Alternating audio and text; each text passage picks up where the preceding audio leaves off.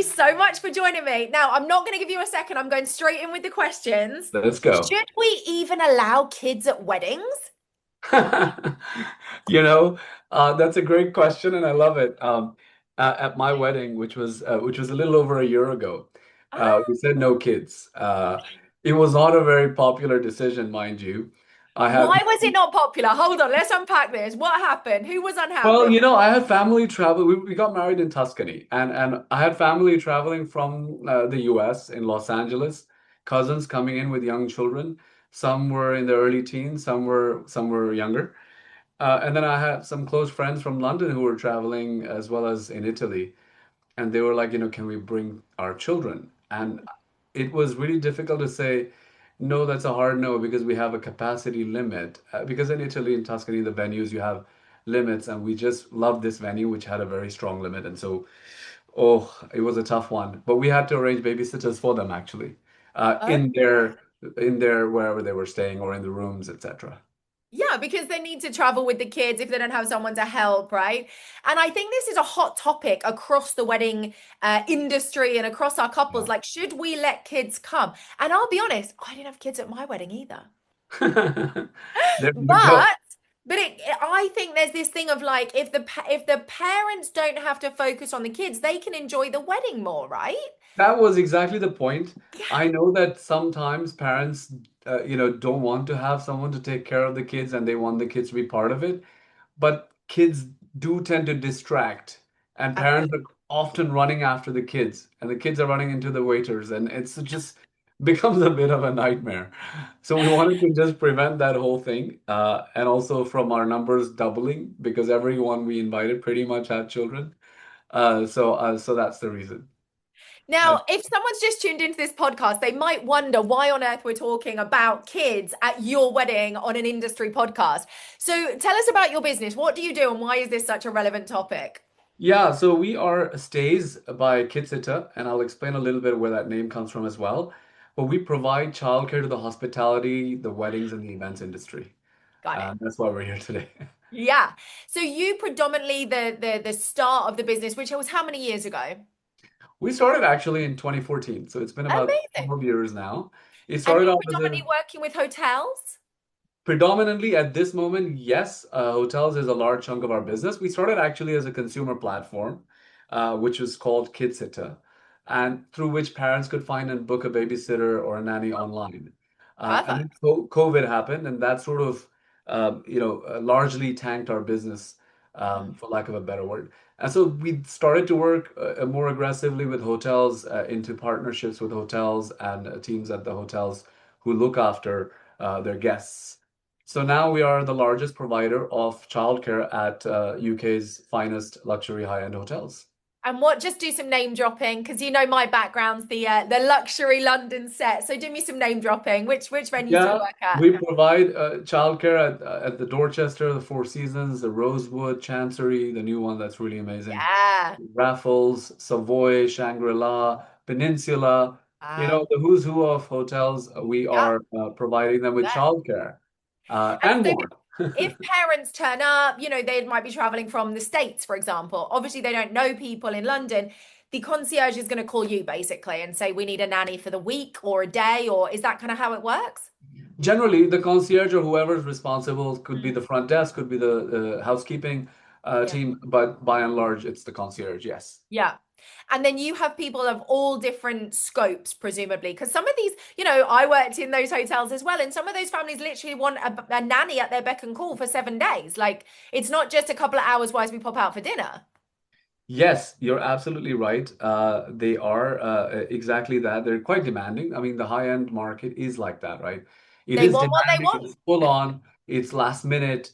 And so requests can range from I need someone who can handle my twins while I go shopping and they can join me and then they'll meet me for dinner and we'll be there and they can meet us there. So it can be very, very dynamic, through Yeah. the day the plans might change. So start times, end times change. It's a lot of fun actually to learn about the types of activities that guests like to do, and have our sitters sort of show up and take care and look after them.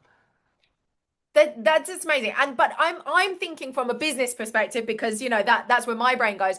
Goodness me, for you to have those people on the books, who are the right people? How do you interview them? How do you find them? How do you vet these people? Because if anything goes wrong, God forbid, like this is your name over the door, but it's not Yes. you turning up to take care of the kids. So how do you handle that from a business side? You never know, that could happen too, by the way. Me turning up to Or the you might show up. no, no, God forbid, no. No, Do you dress so up as Santa? Do we I get the dress full up as shebang? Mrs. Doubtfire and I rock up. Hello, dear. No, no. All of our sitters, that's a great question, by the way, and I'm glad you asked it. We have childcare professionals, and we only work with professionals. So there are either professional serial babysitters, nannies, nursery teachers, staff from nurseries, play workers in hospitals. That's the general profile, right? Mm, So every sitter has been fully vetted. Obviously, they have a lot of background in childcare. They all have to have a clean, enhanced DBS.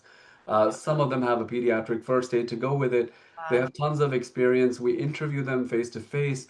We run at least two references, and we don't take paper references. We actually contact references and talk to them and collect them and Because transcribe these are them. people's kids. Like we cannot make a mistake. This is not like serving them Absolutely. the wrong dinner, right? Like this is Yes. serious. Like we cannot make Yes. a mistake. So I imagine you have to be quite rigorous. And in the fact that we've had thousands and thousands of bookings over the last, Yeah, 6, 7 years that we've been doing yeah. this with hotels, we have not had a single case where we've had a problem, genuine problem. Wow. Problems with sometimes a sitter, can she turn up late? As much as we avoid it, yes, Human, yes. they can, Yeah, London Underground strikes, etc., have you. So they can turn up late. That happens rarely, but it does. But nothing more serious than that. yeah, There's an yeah. That's occasion where amazing. there's not the right chemistry between the family, and we instantly send someone else instead. Wow. Yeah, because that could happen too. This is such a close-knit situation. Exactly. Yeah, Yeah. we And recognize that. So we have we have quite a few of them on our books.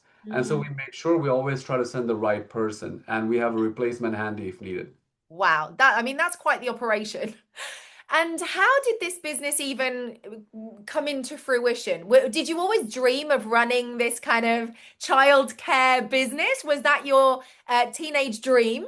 When I was an 8-year-old boy, I saw a nanny look after a child, and I was like, that is what I would like. No, no, not at I'm all. not believing you. You did not watch Mary Poppins and decide this was No, the way forward. not at all.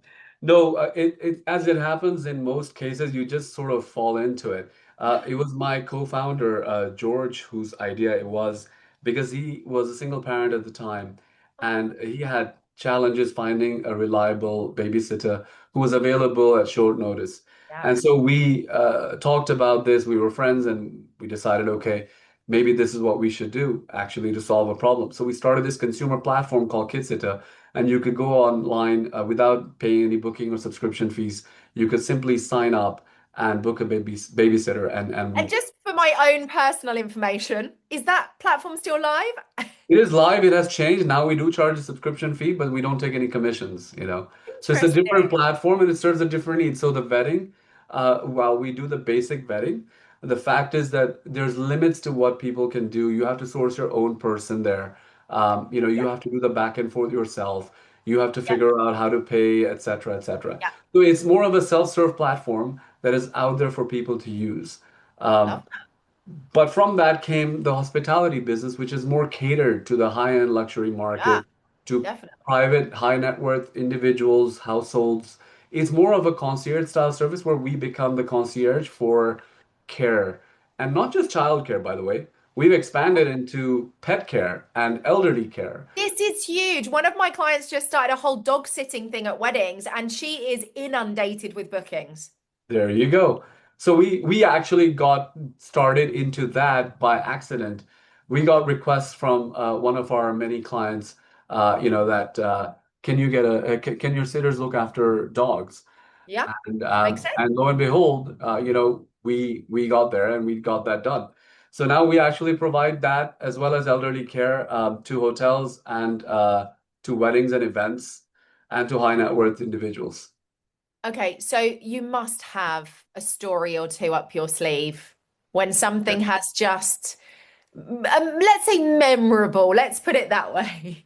Can you share without Naming names. Can you Oh, share any? absolutely. Well, there are so many. I'll talk about a dog sitting situation where the dog sitter arrived and she was asked to groom the dog. And so she was like, well, that's not something I do really.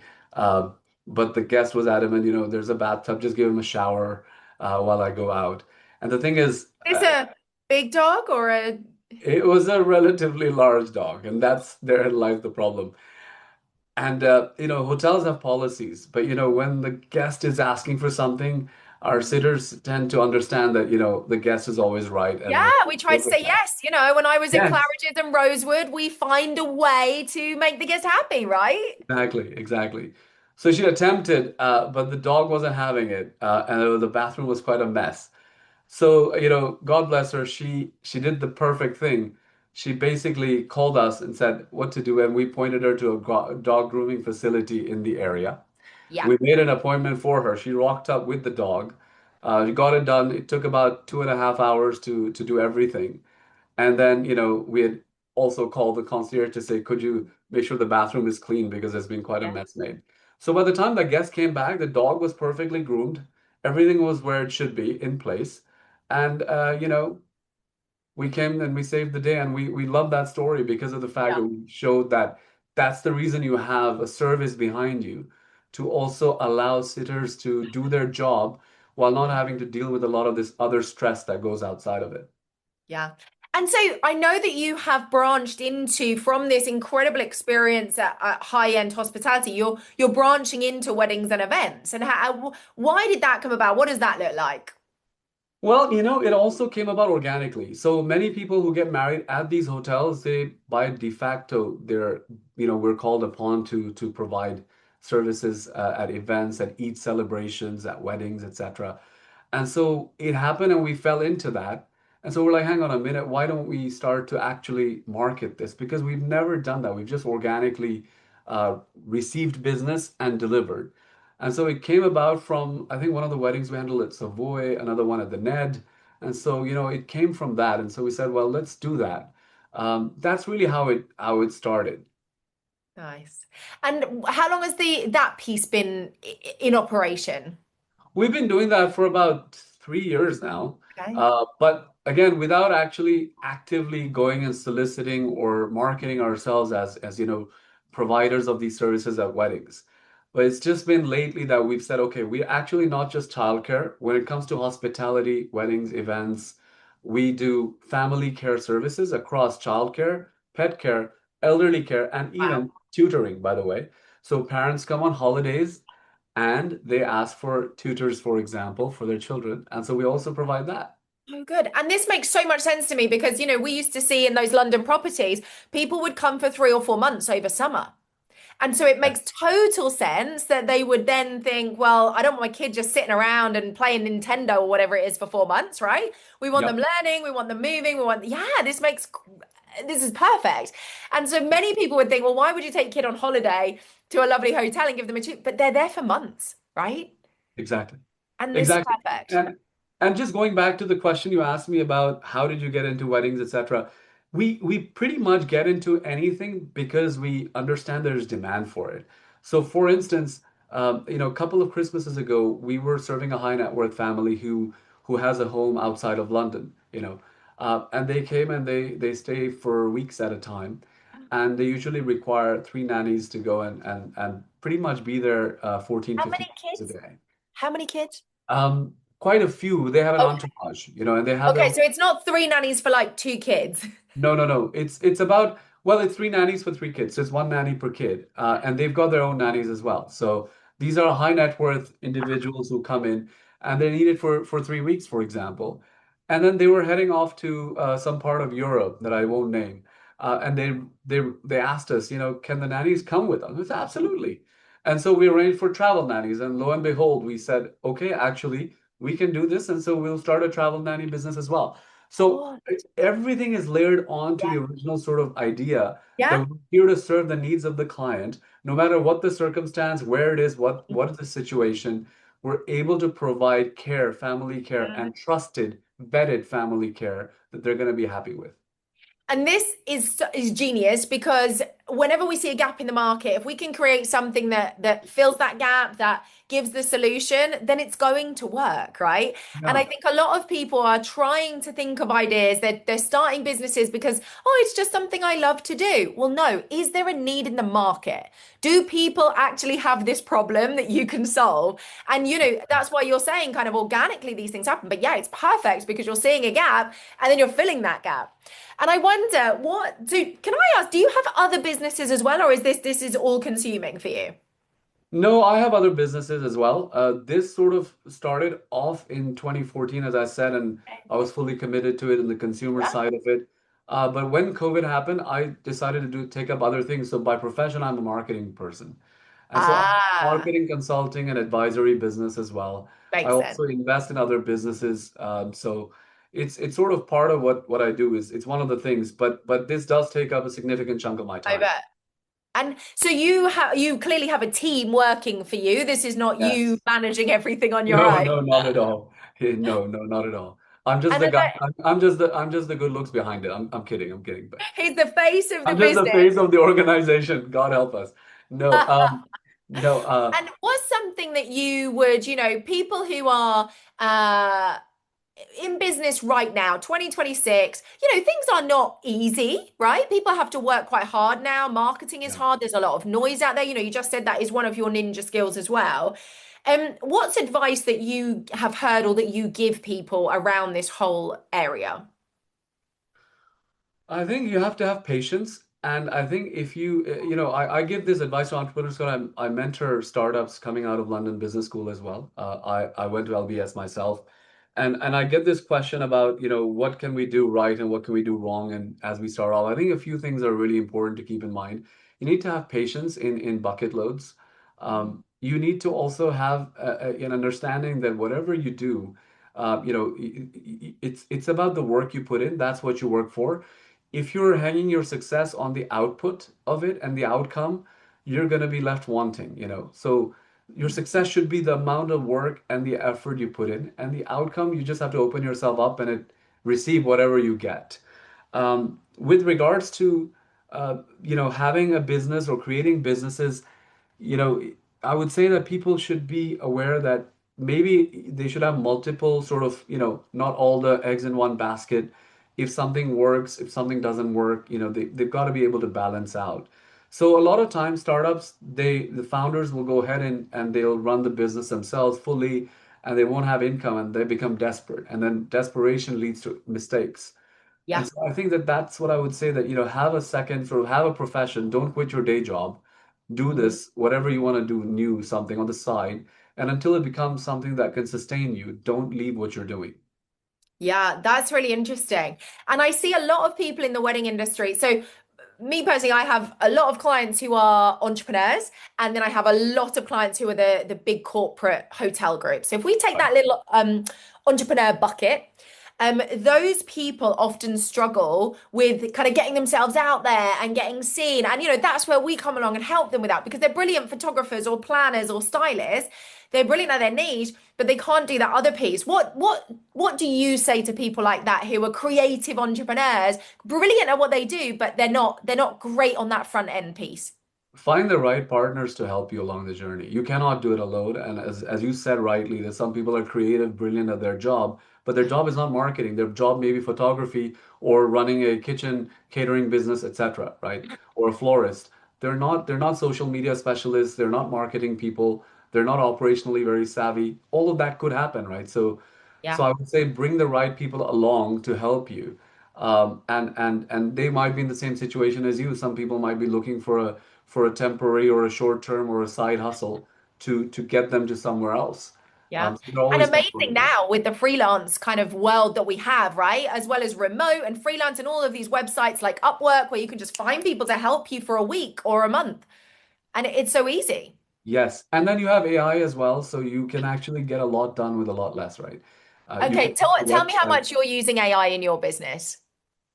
We use it for different purposes. So, for example, when it comes to vetting babysitters, no AI, right? When it Mm, comes to dealing with our clients, no AI, right? mm, But when it comes things like the features on our website, the the profile pages that we create with babysitters, data and information on it, like a CV, online CV, etc.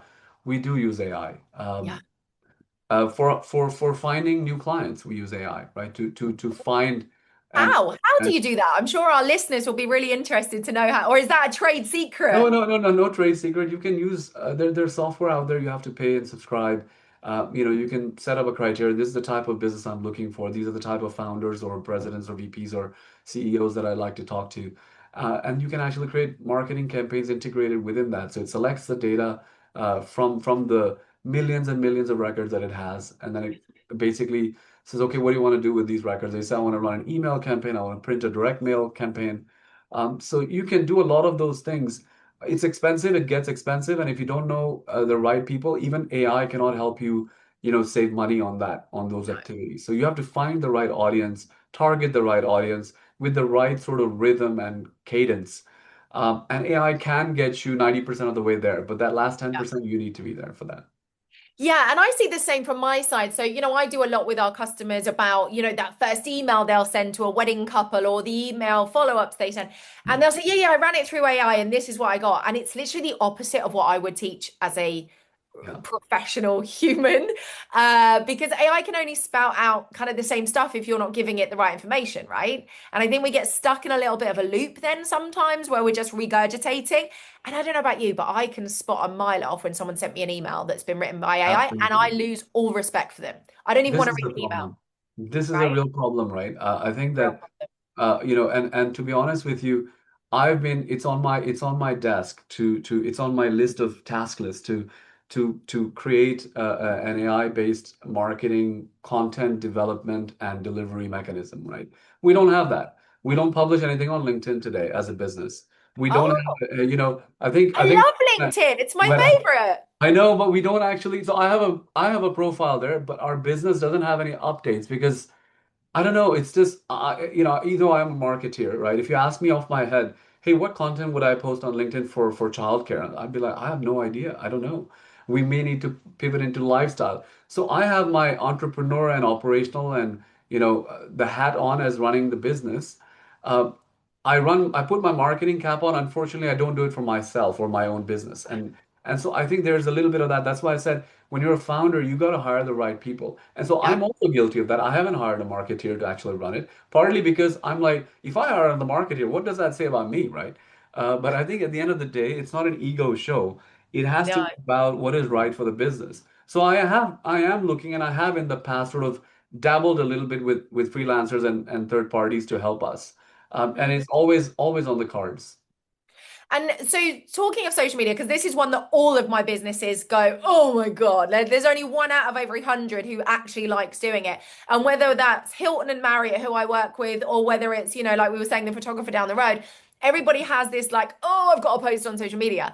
And how do you come at that? So, you just mentioned you're not doing stuff on LinkedIn, but so where are you? I Where don't are do it you at all. posting? Where I are don't you do it. showing people you exist? No, this is the thing. It's all word of mouth so far. Wow. Uh, we literally network and we show up and we do it through connections and relationships. So that's Mm. one way of doing it. I don't recommend that it be the only way, And but it's very high end, right? So at that level, I think that definitely works the strongest. But for the majority of businesses who are maybe in the middle market or even in the budget markets, that doesn't work, does it? That those no. formats don't function. That's right. And so I think that recently somebody asked me, hey, someone in the wedding industry, what's your Instagram handle? I said, well, we have one, but we don't. Also, the thing is, because we deal with high net worth individuals, You can't post. weddings, there's like we don't have rights to take pictures of events that we're at, the children that we're looking after. It's very sensitive. So we just don't get into that at all. Now we could create a social media profile that basically is lifestyle branded, Yeah. but it won't show any of our services, our products, the actual, like for example, if you have a watch brand or a car brand, it's very You've got easy. There are products. things, right? But we're in the people business and the caring for those people business. Yeah. And it's always sensitive, and so we just don't do it because it's like, well, after a while, we're gonna get sick of the content that we're producing.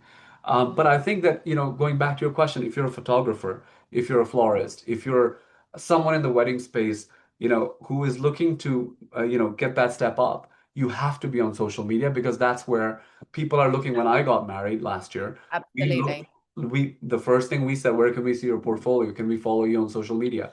We Yeah, we're hired a stalking photographer them, that right? started. We're stalking Absolutely, people. absolutely. Mm. Yes.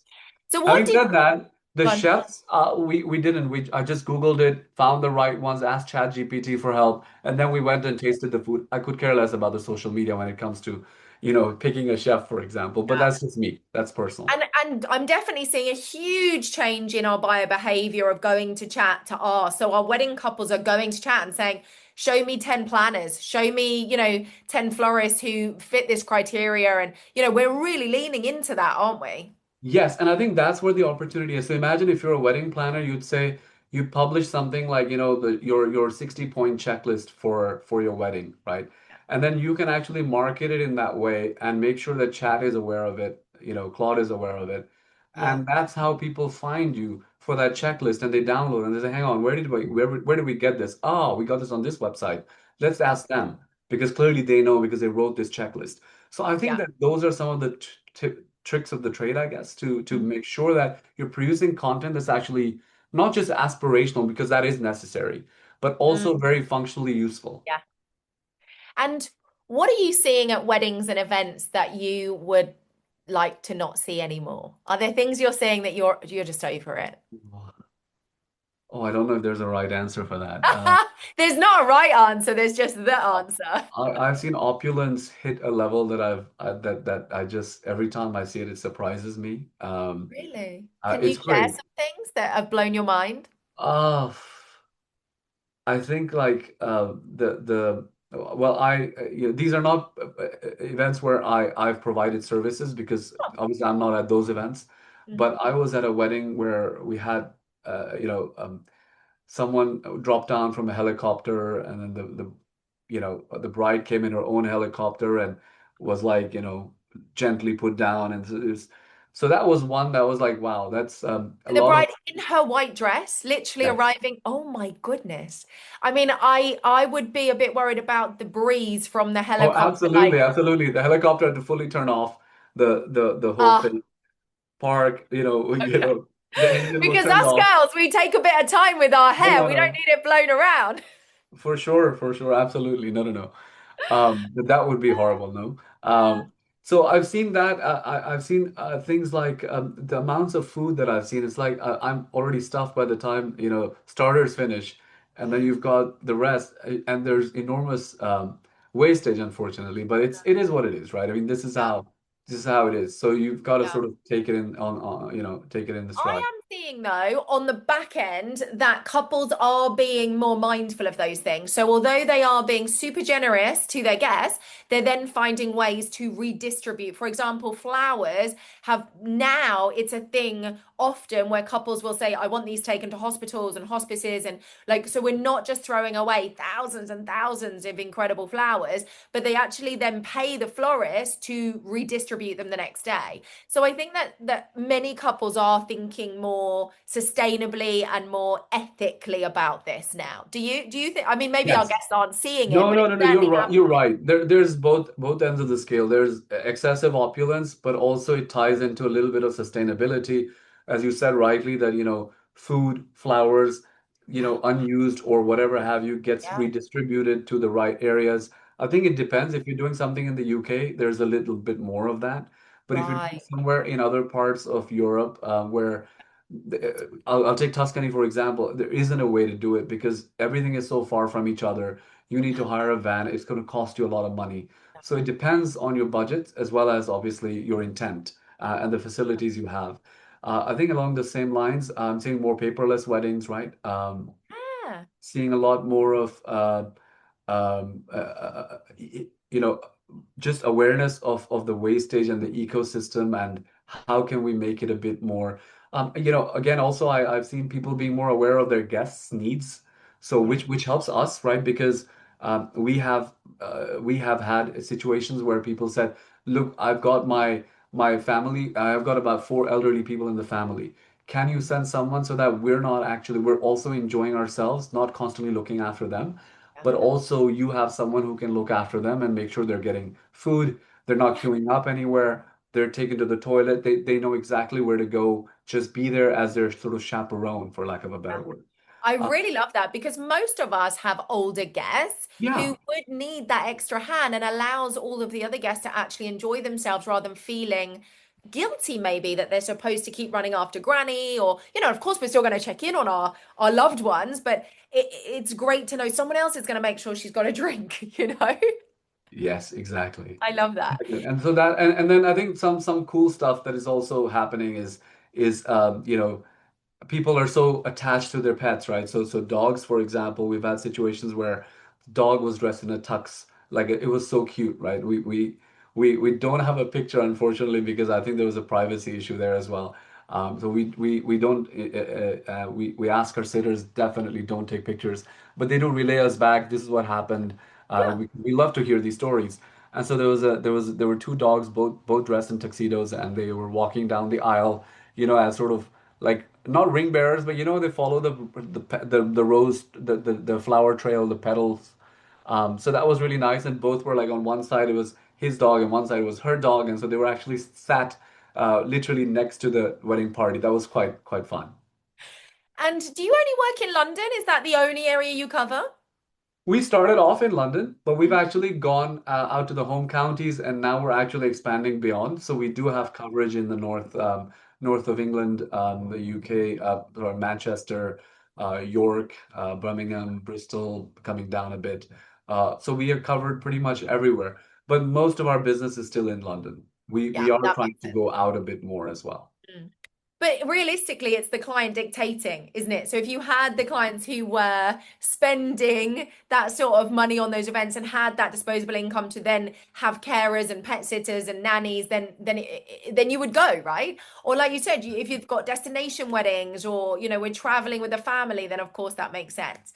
Yeah, Amazing. of course. I mean, in the sense of obviously making sure that even we don't want a big carbon footprint, right, ourselves. We are a paperless organization as much as we can, right? Yeah, There are times when clients request a brochure in print, fine. But otherwise, we don't actually print them. We do it on demand. yeah. And so we don't send people up from London to go up to Manchester for weddings. We have local people there and we go to them first. So we really avoid this travel back and forth. Of course, flying to another country is a different ballgame, so we can't avoid that if that's required. But Oh, yeah, as you said, we try to provide wherever the client wishes to go, we go. Faisal, what should I have asked you that I didn't?